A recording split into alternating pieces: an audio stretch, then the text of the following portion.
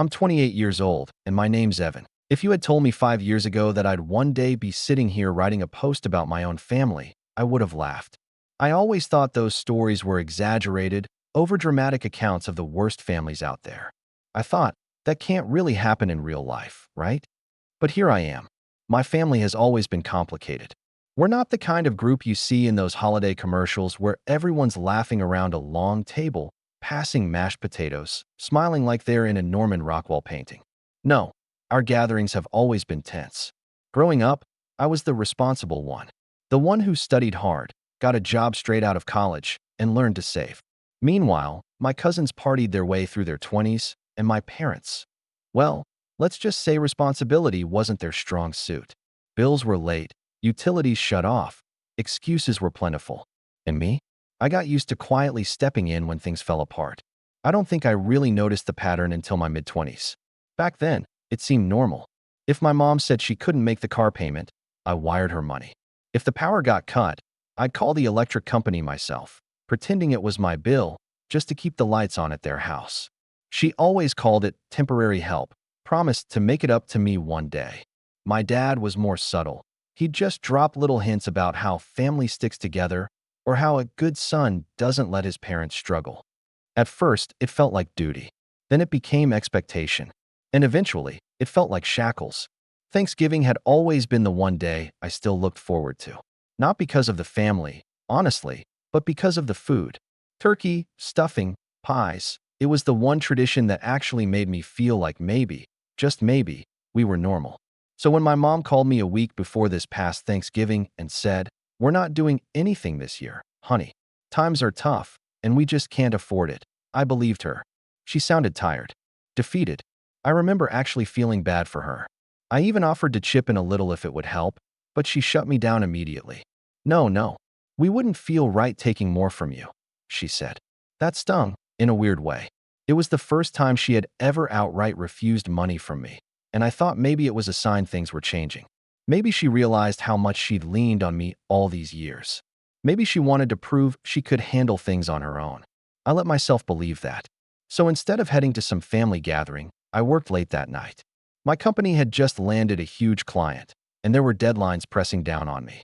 I stayed in the office until nearly midnight, ate vending machine chips for dinner, and walked home through the cold November air thinking, well, at least no one's together having fun without me. The next day, I was scrolling on Instagram during a coffee break when I saw it. A story from my cousin Ashley, her with a glass of wine, smiling, clinking glasses with my mom. Behind them, a long dining table absolutely packed with food. Turkey, mashed potatoes, cranberry sauce, casseroles, pies. More food than I'd seen at any Thanksgiving we'd ever had before. And it wasn't just Ashley and my mom. Every cousin, every uncle, even my dad, everyone was there. Everyone but me. I sat there staring at my phone, frozen. At first, I thought, maybe this is an old photo. But no, the caption read, "Best Thanksgiving yet. Love my family." My throat felt tight, my chest heavy. They hadn't just canceled. They had lied. To me. Specifically to me. They all gathered, they all ate, they all laughed, and I wasn't even told. I wasn't even an afterthought. I can't describe the mix of emotions I felt in that moment. Embarrassment, like I was some gullible fool. Hurt, because it wasn't just about missing turkey, it was about being excluded deliberately. Anger, a sharp edge that made my hands tremble as I held the phone. And underneath it all, a quiet realization that maybe my role in the family wasn't member at all. Maybe I was just the bank. I didn't say anything at first. I went back to work, buried myself in spreadsheets, told myself it didn't matter. But that night, lying in bed, the betrayal kept replaying in my head. My mom's voice, "We can't afford it." My cousin's video, the sparkling decorations, the giant feast. It wasn't just a dinner. It was a performance. And I wasn't even invited. The final straw came 2 days later. My phone buzzed, a text from my mom. It read, "Hey honey, we're really short this month. Could you cover $2,800 for the mortgage? We'll pay you back soon, promise." I stared at that message for a long time. My fingers hovered over the keyboard. For years, I'd always caved. Always rationalized it. Always said, "Of course, Mom." But this time, my brain didn't go to guilt. It went to that video. To the laughter, the clinking glasses, the mountain of food. And something in me snapped. I typed out my response slowly, deliberately. Ask your guests. Then I hit send. And immediately, I blocked her. Blocked my dad. Blocked my cousins. Blocked them all. The next morning, I woke up to 41 missed calls. 41. And a single message that somehow slipped through. Please, don't do this to us. And that was the moment I knew something had shifted. This wasn't just about one Thanksgiving anymore. It was about years of taking, lying, manipulating. And for the first time in my life, I wasn't going to play along. But I had no idea just how messy it was going to get. The first few hours after I hit block were oddly quiet, almost peaceful. I sat at my kitchen table with a cup of coffee, staring at the silence on my phone screen, half expecting it to light up again. It didn't. For the first time in years, I felt free. No guilt-trip voicemail from dad, no guilt-laced texts from mom, no cousins casually mentioning how broke they were before sliding into a request. Just silence. That peace lasted maybe 12 hours. By Saturday afternoon, the calls started coming in, but not directly. I'd blocked everyone, but they weren't done with me. They tried through different numbers. Random area codes I didn't recognize. At first, I ignored them. But curiosity got the better of me on one, and when I answered, it was my Aunt Karen, my mom's sister. Evan, sweetheart, she said in her syrupy voice. Your mom is worried sick. Why would you block her? She was crying last night, said she couldn't even sleep. I sat there, silent for a beat, before finally saying, she lied to me. All of you did. You told me Thanksgiving was canceled. And then you all had a feast without me. There was this pause on the other end, just long enough to confirm she knew.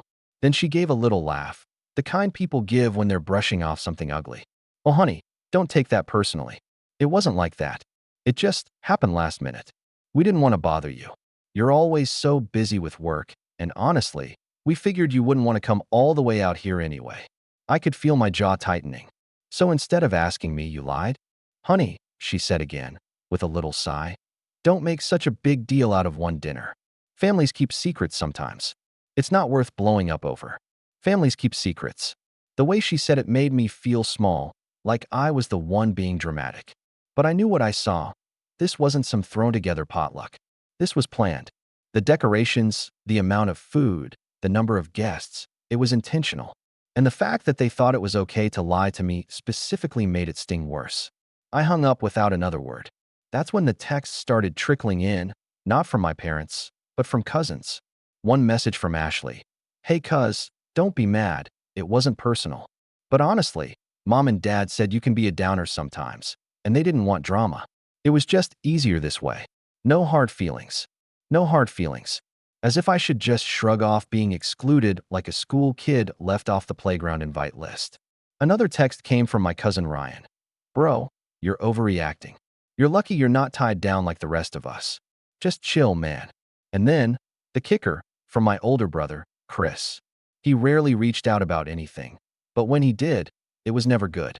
His message was short. Grow up. Mom and dad need you. Stop being selfish. Selfish. That word bounced around my head for hours. Selfish. After years of bailing them out, after countless wires and loans and late-night calls fixing problems I didn't create. Selfish, because for once I'd said no. By Monday, things escalated. I got an email at work, not from my parents, but from my dad's personal account. The subject line, family first. The body of the email was a guilt trip masterpiece. Evan, I don't know what you're trying to prove by ignoring us. We raised you, gave you everything we could, and this is how you repay us? We're drowning over here, and you're sitting on your high horse, pretending you're better than the rest of us. Family isn't about money, it's about loyalty. And right now, you're showing none. If you don't help with the mortgage, we could lose the house. Is that what you want? To see your parents homeless while you sit in your fancy apartment? Think about it. I read that email 3 times. The manipulation was so thick it nearly dripped off the screen. I didn't even know where to start. Gave me everything we could. I'd paid off half their debt before I was 25.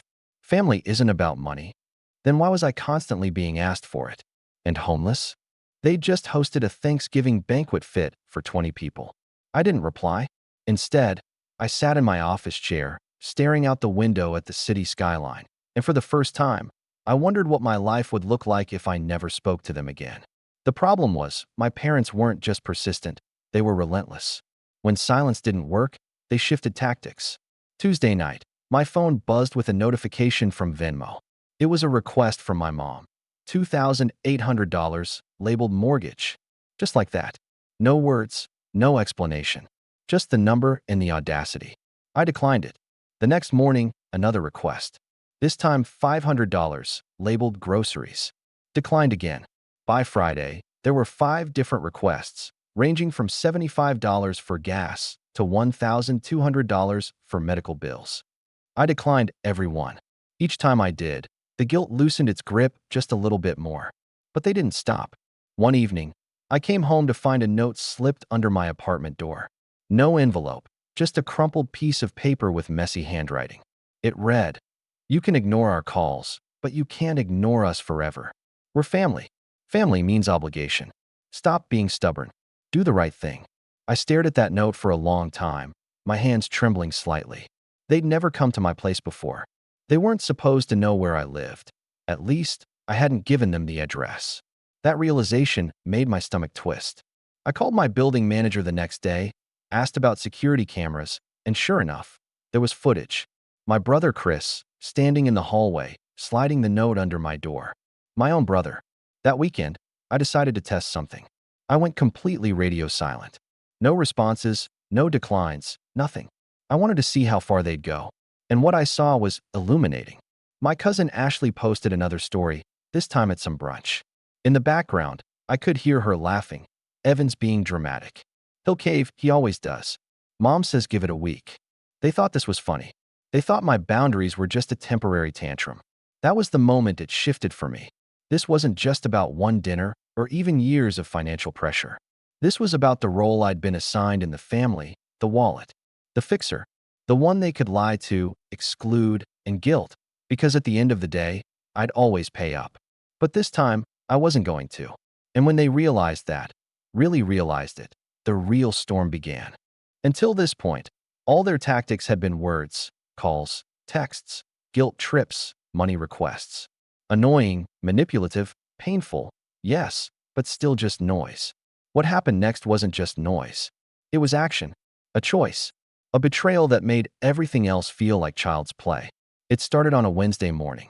I was sipping coffee at my desk when my phone buzzed with an email notification. At first, I thought it was more spam or one of Dad's dramatic guilt essays. But when I opened it, my blood ran cold. It wasn't from my dad. It was from my bank. The subject line read, "Unusual account activity detected." My heart dropped. I clicked it open and scanned quickly. A transfer request had been attempted the night before, $2,800, the exact amount my mom had asked for the mortgage. But the transfer hadn't come from me. It had been initiated online, using my credentials. I froze. My pulse pounded in my ears. I hadn't given them access, at least, not directly. But I remembered something from a few years back. One night, in a moment of weakness, I'd helped Mom set up her online bill pay over the phone. I'd logged in through my account to pay something quickly, then walked her through creating her own. It had been a rushed evening, and I'd stupidly reused a simple password variation. My mom was sitting beside me that night, watching as I typed. I hadn't thought anything of it. Apparently, she had. The bank flagged the transfer and froze my account temporarily until I confirmed. I spent the next 2 hours on the phone, changing passwords, verifying my identity, setting up two-factor authentication. Everything I should have done years ago. But as I went through the motions, the reality settled like a stone in my stomach. My mom had tried to access my money directly. She hadn't asked this time. She hadn't begged. She had just taken. I didn't call her. I couldn't. I was shaking too much. My mind was a whirlwind of anger and disbelief. For years, I'd given willingly, even when it hurt me. And now? Now they had decided to cut out the middleman. By the evening, my phone was lighting up again with block number calls. I ignored them until one voicemail slipped through from my dad. His voice was steady, almost casual, like he was talking about weather instead of theft. "Evan, I heard you froze the account. That wasn't necessary. Your mother just tried to help keep us afloat. You know we wouldn't let you go without. We're family. Don't make this bigger than it is." I remember throwing my phone down on the couch and just staring at the ceiling. Don't make this bigger than it is. As if breaking into my account was just a small hiccup, a misunderstanding.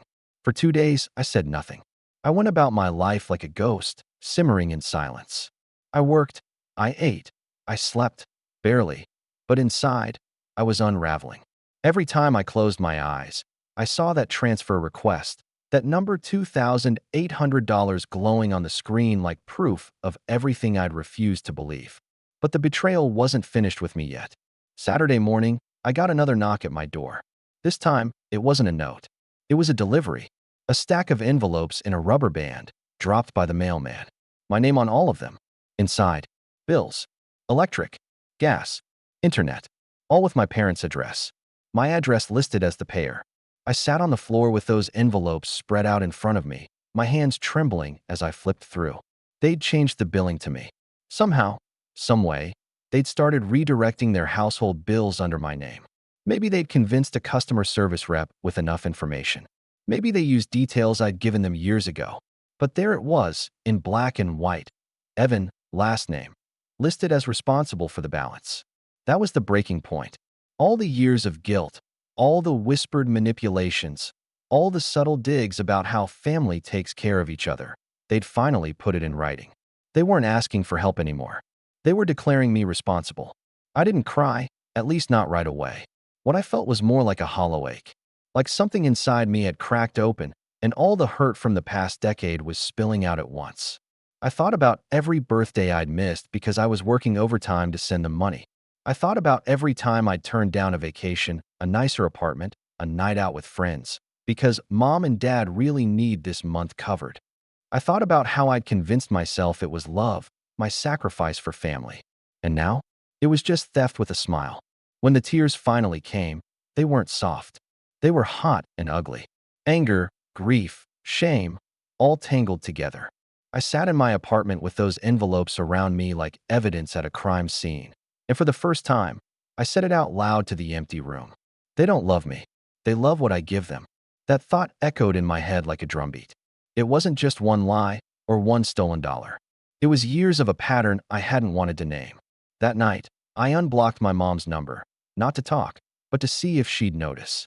She did. Within 5 minutes, the messages came through in a flood. Thank you. Honey, I knew you'd come around. We really didn't mean to upset you about Thanksgiving. It just happened last minute. You know how much we rely on you. You're the only responsible one. That last message made me sick. The only responsible one. As if that wasn't a compliment, but a burden. A label they'd slapped on me to justify every hand they'd shoved into my pocket. And then, like a cherry on top, a final text at midnight. Can you send the $2,800 by tomorrow morning? We can't keep waiting. I stared at that message for a long time, my chest burning. The audacity. After trying to hack into my bank, after rerouting bills to my name, they still thought I'd fold with the right combination of words. I typed a reply. My hands shook as I did it, not with fear this time, but with a kind of clarity I hadn't felt in years. You crossed the line. That was all I sent. 4 words. No explanations. No excuses. No promises. The typing bubbles appeared immediately, then stopped, then appeared again. I didn't wait to see the response. I turned off my phone, set it on the nightstand, and lay awake staring at the ceiling. Because I knew this wasn't over. This wasn't them apologizing or backing down. This was them regrouping. And the next move they made. I had no idea how far they'd go. The morning after I sent that forward text, I felt strangely hollow. You'd think I would have felt strong, empowered even, standing up for myself.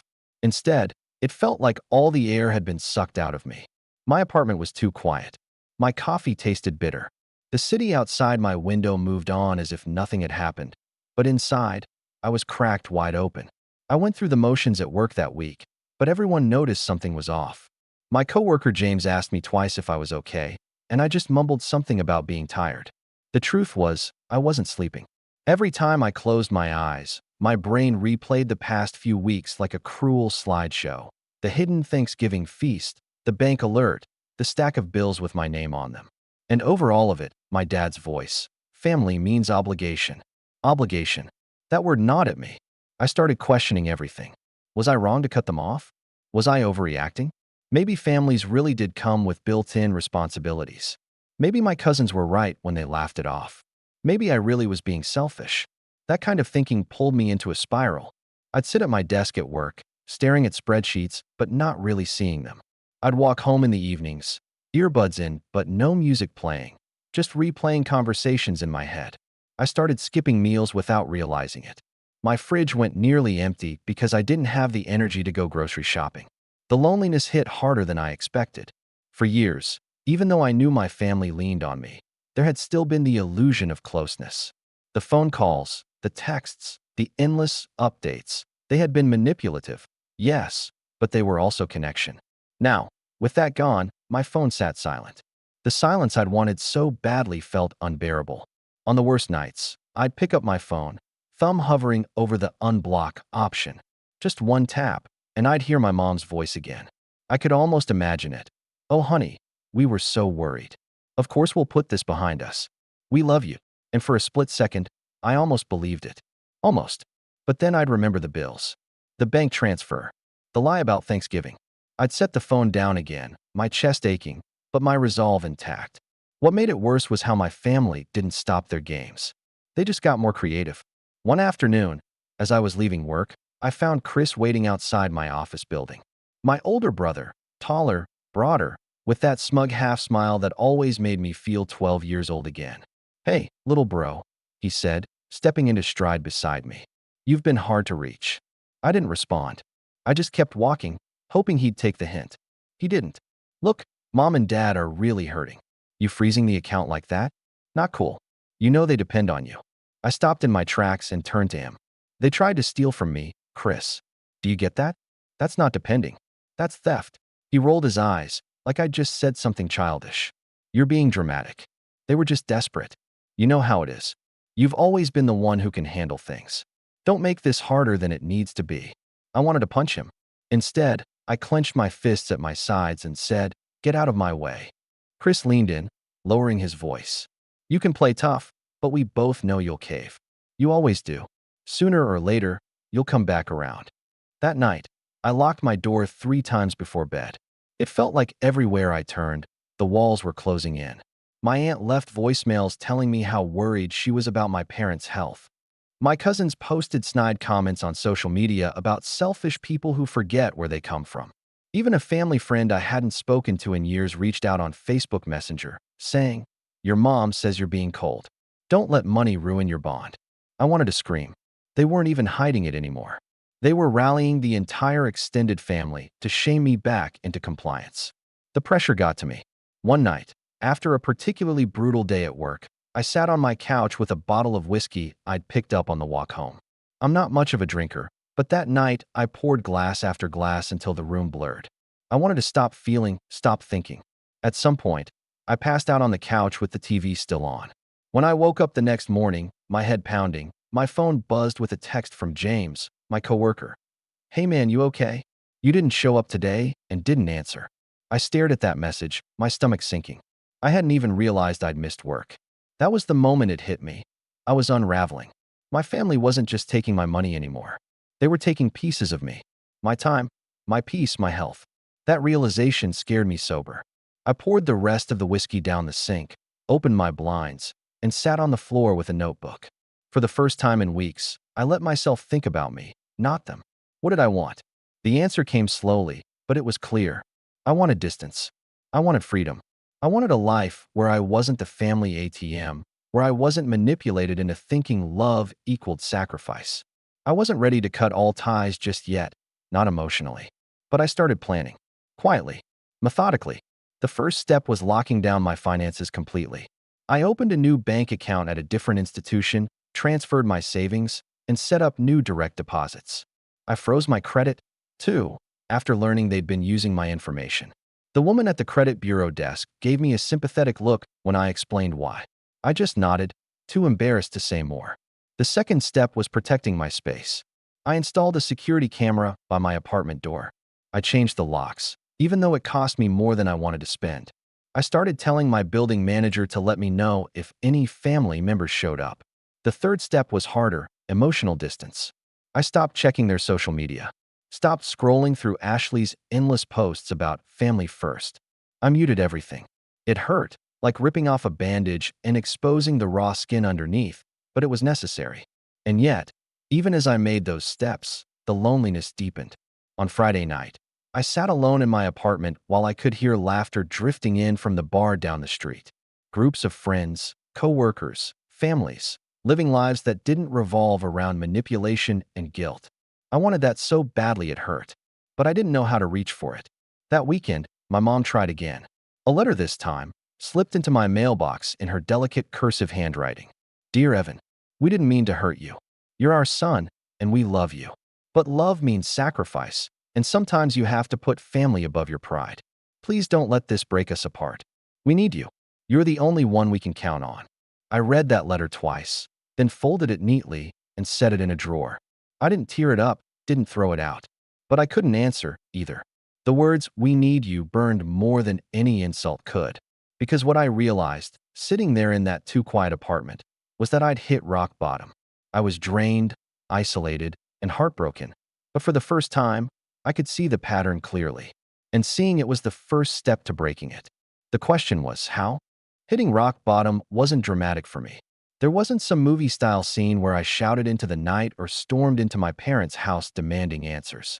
No, it was quiet, subtle, more like standing in the wreckage of a storm and realizing I was still alive, even if I was cut, even if I was bruised. And from there, slowly, I began to rebuild. It started small, almost too small to notice at first. I began cooking again. Nothing fancy, just pasta, chicken, some roasted vegetables. But after weeks of surviving on takeout and vending machine snacks, it felt like reclaiming a piece of myself. I remember standing in my kitchen, stirring a pot of sauce, and realizing I couldn't remember the last time I'd done something just for me. No one else's needs factored in. No panic calls. No surprise bills. Just me, my meal, and silence. Then came sleep. For weeks I'd been tossing and turning, haunted by texts and emails. But with my new bank account locked down and my family's social media muted, my phone stayed dark. The silence that once felt unbearable now felt like peace. I slept through the night for the first time in months. Those two changes, food and sleep, didn't fix everything, but they gave me clarity. At work, I noticed the fog lifting. My numbers improved. I stopped staring blankly at spreadsheets and actually started crushing projects again. James, my coworker, clapped me on the back one afternoon and said, "Man, whatever you're doing, keep it up. You're on fire lately." That encouragement gave me momentum. I poured myself into my career with a focus I hadn't had in years. For so long, every paycheck had been sliced and siphoned off to cover someone else's emergencies. But now, it was mine, all mine. And the more I worked, the more I realized how much I'd been holding myself back by carrying everyone else's weight. A few weeks into this new rhythm, my boss called me into his office. I half expected a reprimand. Old habits die hard. But instead, he grinned. "Evan, I've been watching you. Your work with the Daniels account was outstanding. We've been talking upstairs, and we think you're ready for more responsibility. How would you feel about leading a small team?" I must have looked shocked because he laughed. "Don't look so surprised. You've earned it." When I left his office that day, I felt something I hadn't felt in years: pride. Real, unfiltered pride that wasn't tangled up in whether or not I'd pleased my parents. The promotion wasn't huge. It didn't come with fireworks or a six-figure salary, but it was mine. A milestone I'd reached on my own. Around the same time, I decided to get my health in order. The stress of the past few months had left me drained, pale, and heavier than I wanted to admit. So I joined a gym a block away from my apartment. The first few weeks were rough, my body ached, and I felt clumsy on the machines, but there was something almost therapeutic about it. Each drop of sweat felt like letting go of years of frustration. I wasn't just working out my body.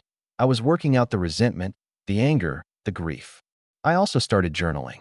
Not every day, but often enough to track my thoughts. I'd write down the things my family had said to me, their words that once felt like gospel. Family means obligation. You're the only responsible one. Don't make a big deal out of it. And then, next to each phrase, I'd write my response. My truth. Obligation isn't love. Being responsible doesn't mean being exploited. It is a big deal. Those pages became my evidence, my reminders when the guilt crept back in. And yet, despite the progress, there were setbacks. One night, after a long day at work, I got a text from an unknown number.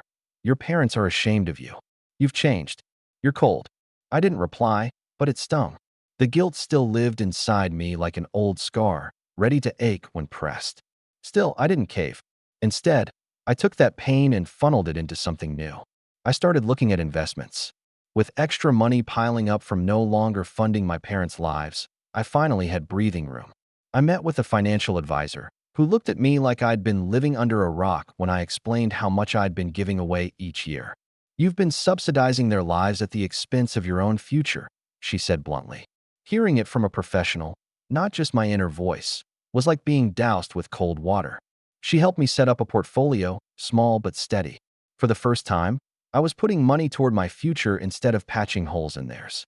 The more control I gained, the more I noticed something else: confidence.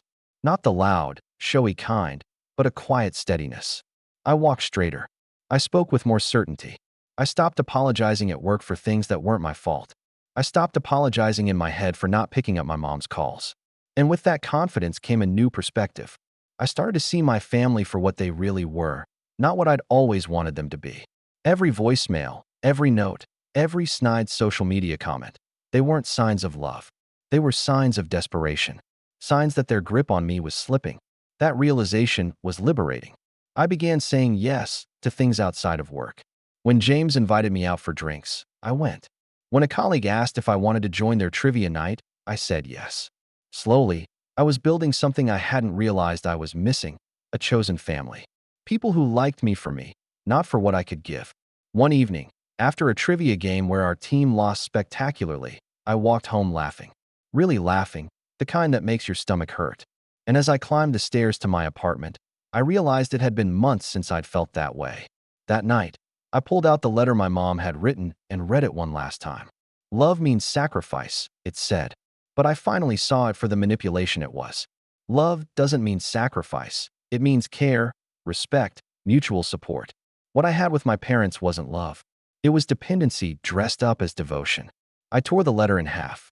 Not in anger, not in a fit of rage. Just calmly, as a symbol. A quiet promise to myself that I wasn't going back. And then something unexpected happened. At work, my performance and leadership on the new team caught more attention. Within 3 months, I was offered another raise, modest but steady. My savings grew faster. My investments started showing small returns. For once, my future felt like it belonged to me. It was in this new life, this new confidence, that I began to think, not just about survival, but about something more. Because here's the truth: you can only be pushed so far before you push back. I'd survived their lies. I'd survived their theft. I'd survived rock bottom. Now, with a stronger foundation under me than ever before, a dangerous thought started to take root. What if I didn't just walk away? What if I made sure they finally understood, once and for all, that I wasn't theirs to use anymore? The thing about climbing out of rock bottom is that once you're back on steady ground, you start seeing the world differently. It's like my eyes had adjusted to the darkness for so long that when I finally stepped into the light, everything looked sharper, cleaner. Opportunities one would have ignored before now stood out like neon signs. And in that clarity, I began to notice patterns, weaknesses in my family's armor, cracks they'd never want me to see. It started innocently enough. One night, James and I were walking back from dinner after work, and he mentioned how his sister had burned him years ago by opening a credit card in his name. He told me about how he discovered it, how he froze his credit, how he even got copies of the application she forged. I listened, nodding, then asked quietly, "What did you do about it?" He smirked. "I reported her. Nearly ruined her financially. She learned real quick not to mess with me." That story stuck with me. I hadn't thought about it in those terms before: reporting, documentation, leverage. My family had done something eerily similar with the bills and the attempted transfer. And while part of me was still reeling from the betrayal, another part, colder, sharper, realized something important. They had left a trail. I dug out the stack of envelopes again, the ones with my name as the payer. I studied the details, looked up account numbers, even called the customer service line pretending I was verifying the switch. And sure enough, the rep on the other end confirmed. The billing information had been changed manually. Someone had called in with my personal info. That night, I started keeping a folder. Every bill, every text, every email. I printed screenshots of my bank's fraud alert, clipped the voicemail transcript from my dad, even noted the date, and time Chris slipped that note under my door. For years, I let their words float around me like smoke, choking but impossible to hold. Now, I was collecting the smoke, making it solid. The folder grew thicker each week, and with it, my sense of control grew. Around this time, work gave me another unexpected boost. My team's project landed us a high-profile client, and I was invited to sit in on meetings with executives. Suddenly, I wasn't just another mid-level employee. I was being seen as leadership material. That visibility meant higher pay down the line, but more importantly, it meant influence. Connections. One executive, a sharp woman named Lydia, took a liking to me. Over coffee one day, she asked me about my background. I hesitated, then admitted I didn't have much family support. She raised an eyebrow, leaned back in her chair, and said, "Good. Makes you dangerous. People with nothing to lose are harder to control." Her words lit something inside me. Dangerous. That was never a word I'd applied to myself before. But maybe it fit now. The next piece of the puzzle came by accident. One Saturday afternoon, I got a call from an unknown number. Against my better judgment, I answered. On the other end was a voice I recognized. Mr. Thompson, the old landlord from my parents' neighborhood. "Evan, hey, listen, I didn't know who else to call. Your folks are late on rent again." I blinked. "Rent? They own their house." There was a pause. "No, son. They haven't owned that place in years. They sold it." "What, 5, 6 years back? Been renting ever since. Haven't you been the one covering it?" My stomach dropped. I sat there, gripping the phone, trying to process. Sold the house. Renting. All those times they'd told me I was helping with the mortgage, they'd lied. Lied about owning the house, lied about equity, lied about what my money was even paying for. When I hung up, my hands were shaking. Not from hurt this time, but from anger so clean and sharp it almost felt like relief. Because now I had proof. Proof they weren't just manipulative. They were liars, through and through. And that meant one thing. If they were lying to me, they were lying to others. I started asking quiet questions. Reaching out to people who'd known my parents for years, casually dropping into conversations at local shops when I visited their town. What I learned made my blood run cold.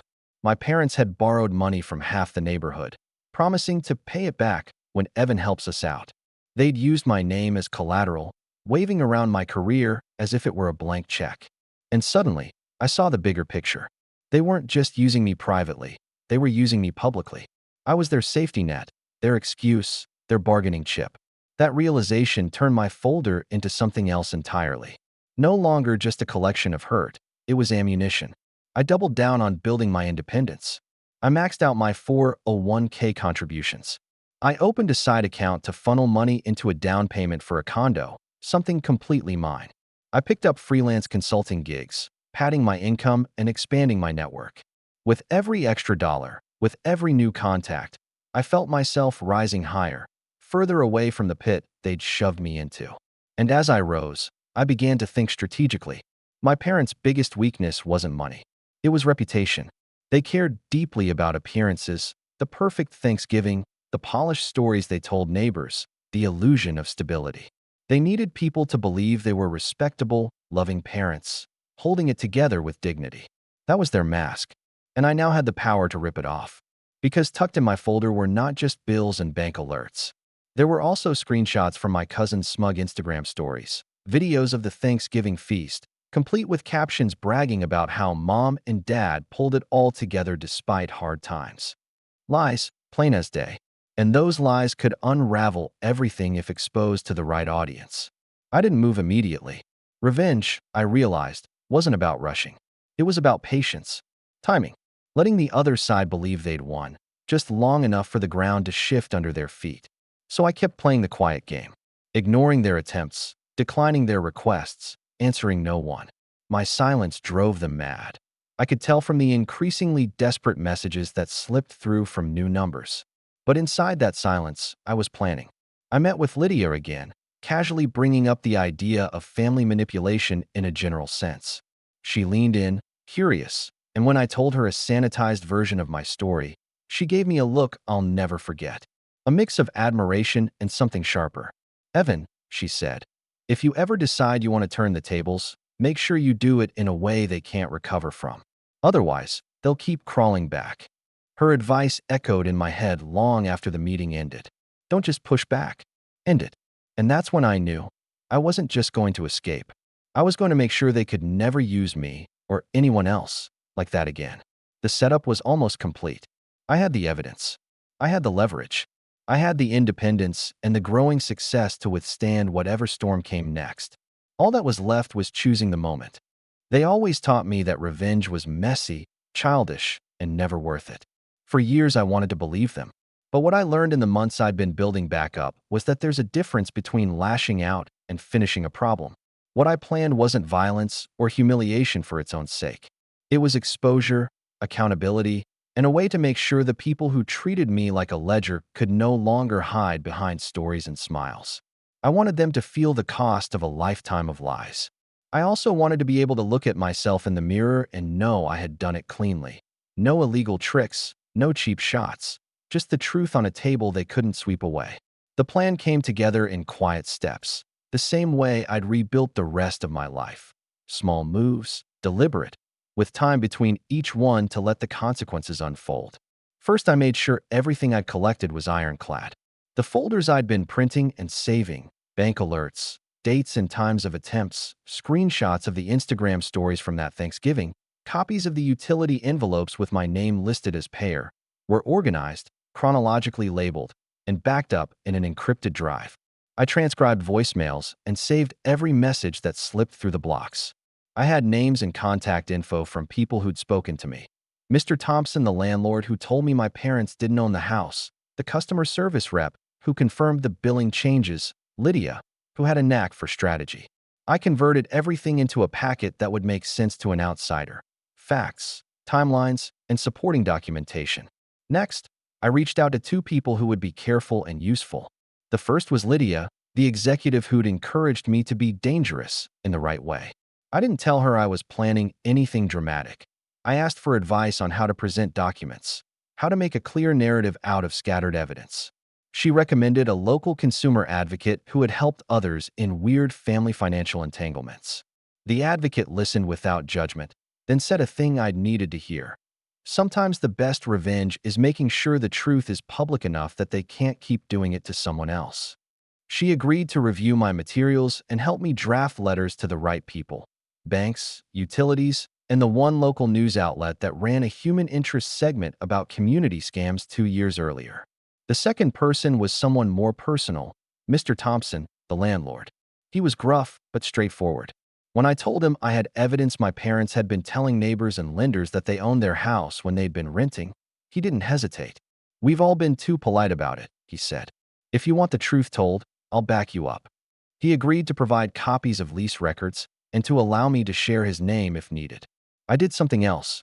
I tightened up my legal standing. I scheduled a meeting with an attorney who specialized in consumer fraud and family law, not to sue for drama, but to understand my options and make sure I stayed on the right side of things. The lawyer was blunt. There are tools for victims, fraud reports, credit freezes, demands for investigation. But you have to be willing to show your work and accept that the fallout may be public. That was the part one had to be ready for. The lawyer helped me draft a cease and desist template and an affidavit if I needed to file one. She also advised me on escalation. Start with neutral institutions, banks, utility companies. Then, if they refuse to act, allow the advocate to notify the media and community groups. Her final line was important.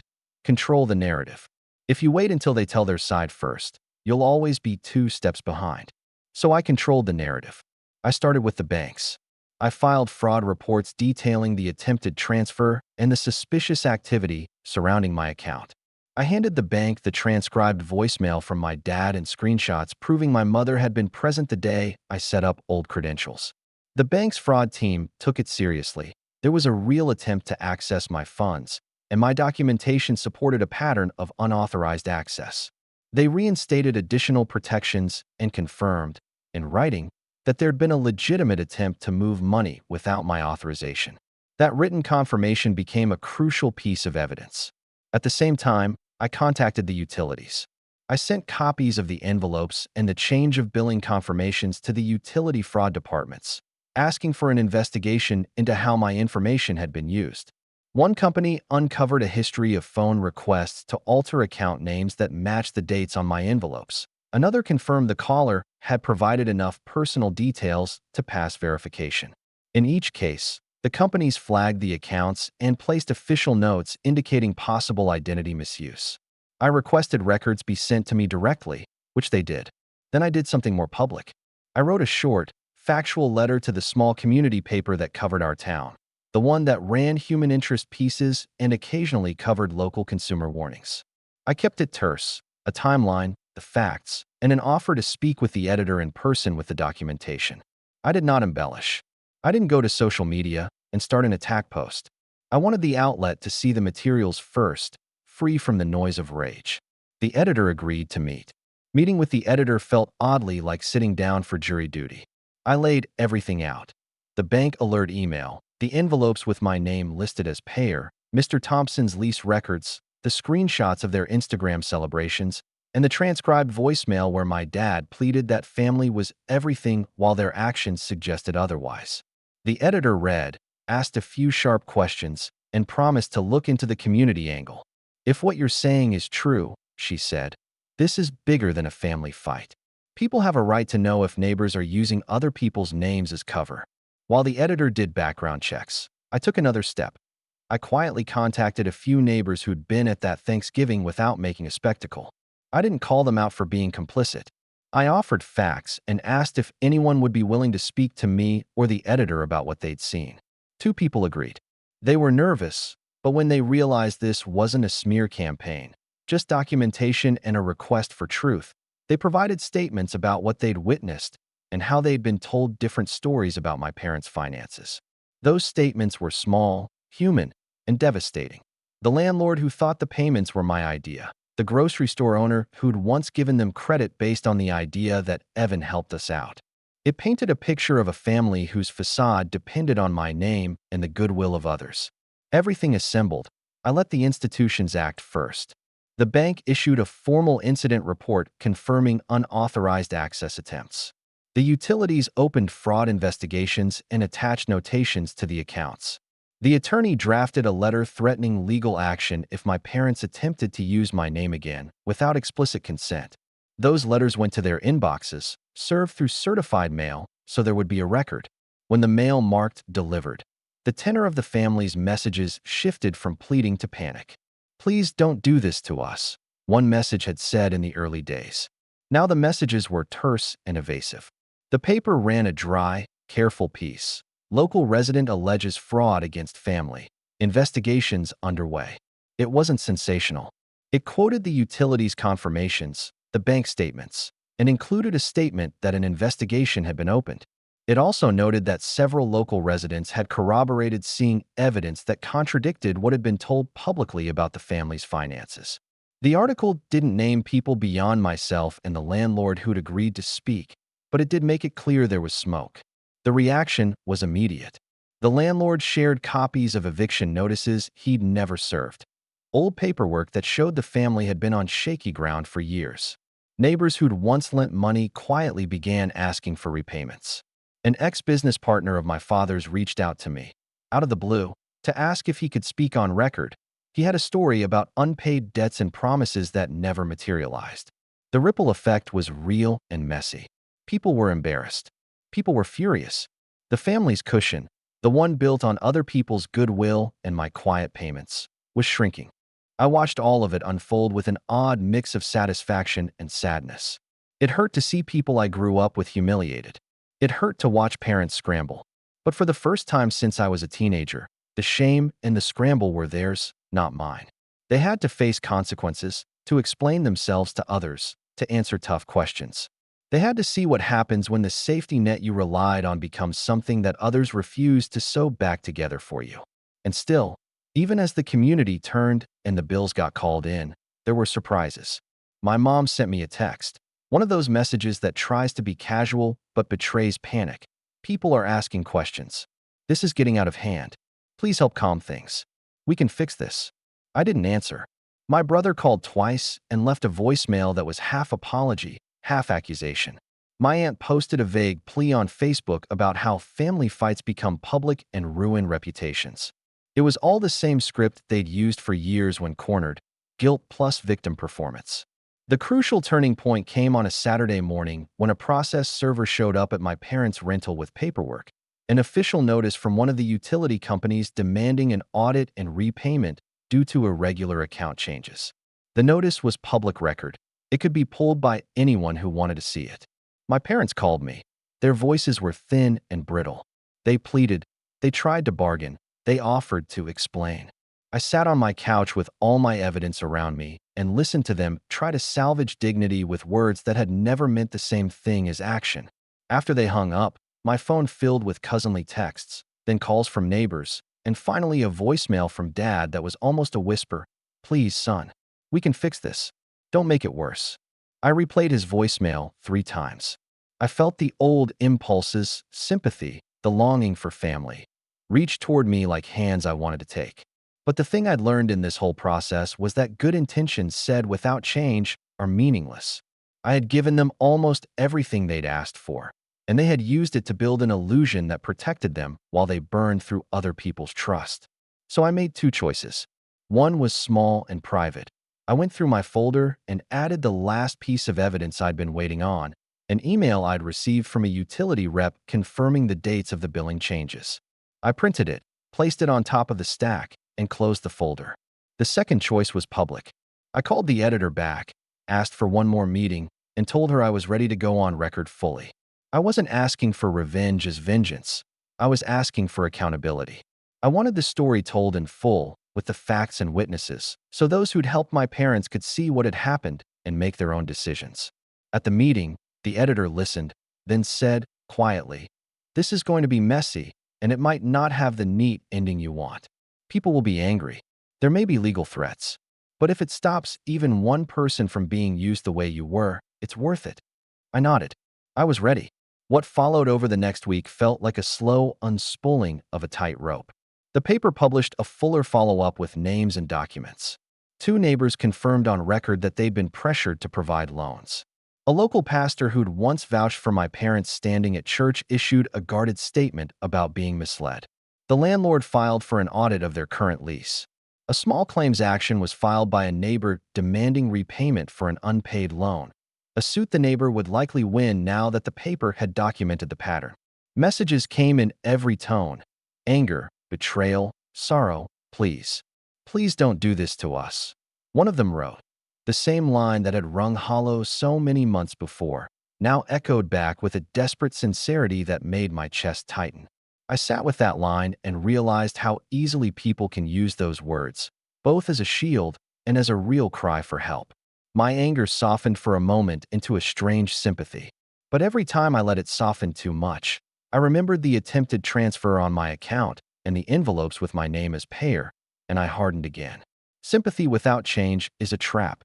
By the time I finished part 7 of what I'd started, their world had shifted. They were no longer able to rely on me to fix everything quietly. Neighbors were asking for the money they'd been promised. Utilities were auditing accounts. The bank had flagged long patterns of suspicious activity. People who once dismissed me as dramatic were now asking questions. My parents' house of cards was wobbling. I wasn't naive. I knew this might not be the end. There would be angry calls, lawyers, maybe even threats of lawsuits. There would be faces at family gatherings I'd never see the same way again. I also knew I might miss them in ways I couldn't explain. That was the trade-off. But for the first time in a long time, the trade felt like my choice, not something forced on me by guilt or manipulation. And so I waited, watching the dominoes fall. I had done what I set out to do. I'd exposed the pattern, documented it cleanly, and forced institutions and the community to respond. I'd left a paper trail and given voices to people who'd been brushed aside. What I hadn't done yet was decide what to do if they came back begging. Not to the neighbors or the utilities, but to me. Would I forgive? Would I accept a contrite, "We were wrong," and move on? Or would I finally hold the line I had drawn and let the consequences play out? The answer was not immediate. The next message that would pop up on my phone might tilt everything one way or another. And when it came, I knew I'd be tested in a way that made the months of planning look small. I had started the avalanche.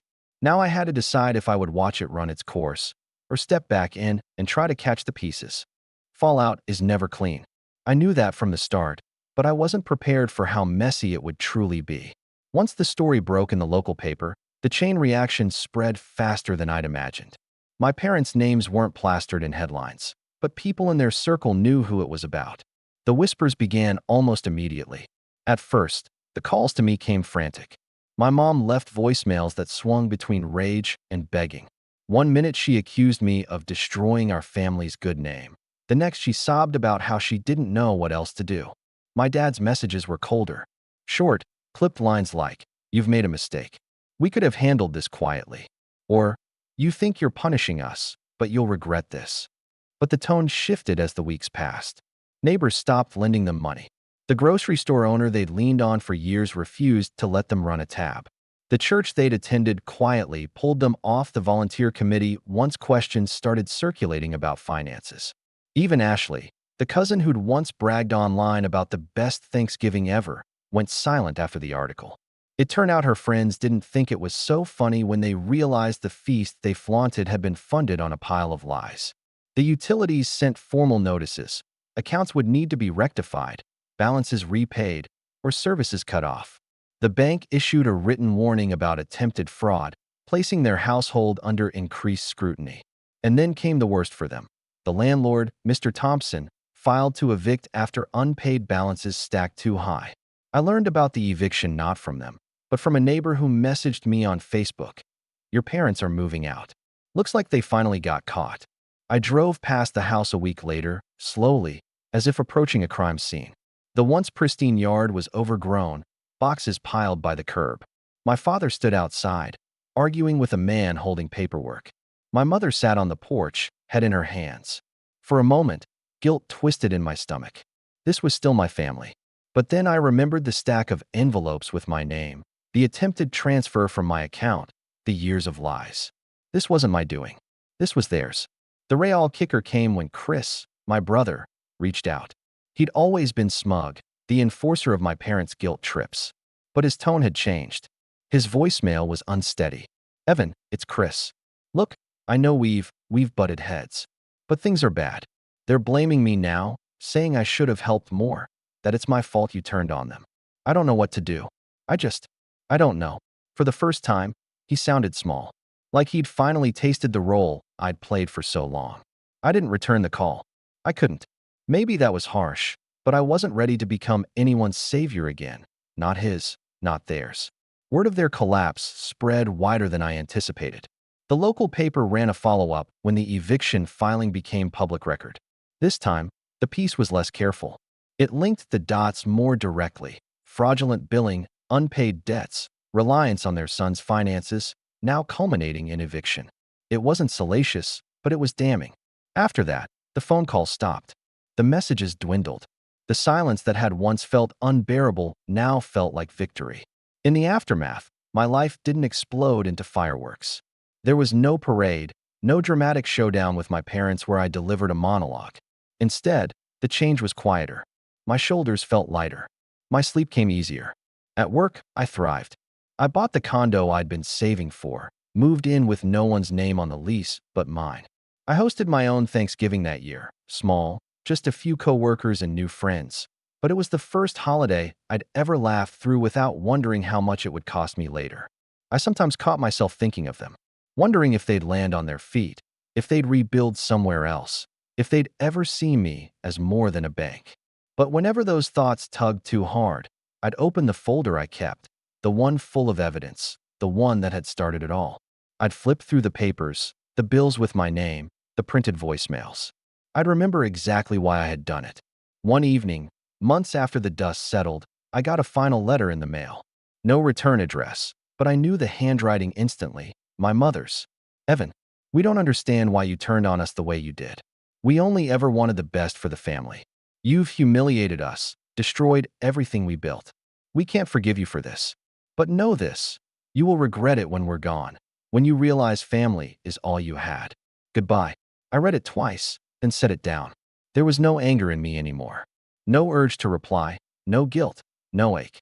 Just a calm certainty that I had finally broken the chain. I placed the letter in the folder, closed it, and slid it to the back of my closet. Not to be forgotten, but to be remembered as proof of what I'd survived. That night, I sat on my balcony, looking out over the city lights, a glass of wine in hand. For the first time in my adult life, I wasn't waiting for the phone to buzz with demands. I wasn't bracing for guilt. I wasn't calculating how much I could give without breaking myself. I was free. And as the cool night air settled around me, I whispered the final words I knew I would never say to them, but needed to say to myself. I am not your bank. I am not your lifeline. I am not your obligation. I am me, and you will never use me again.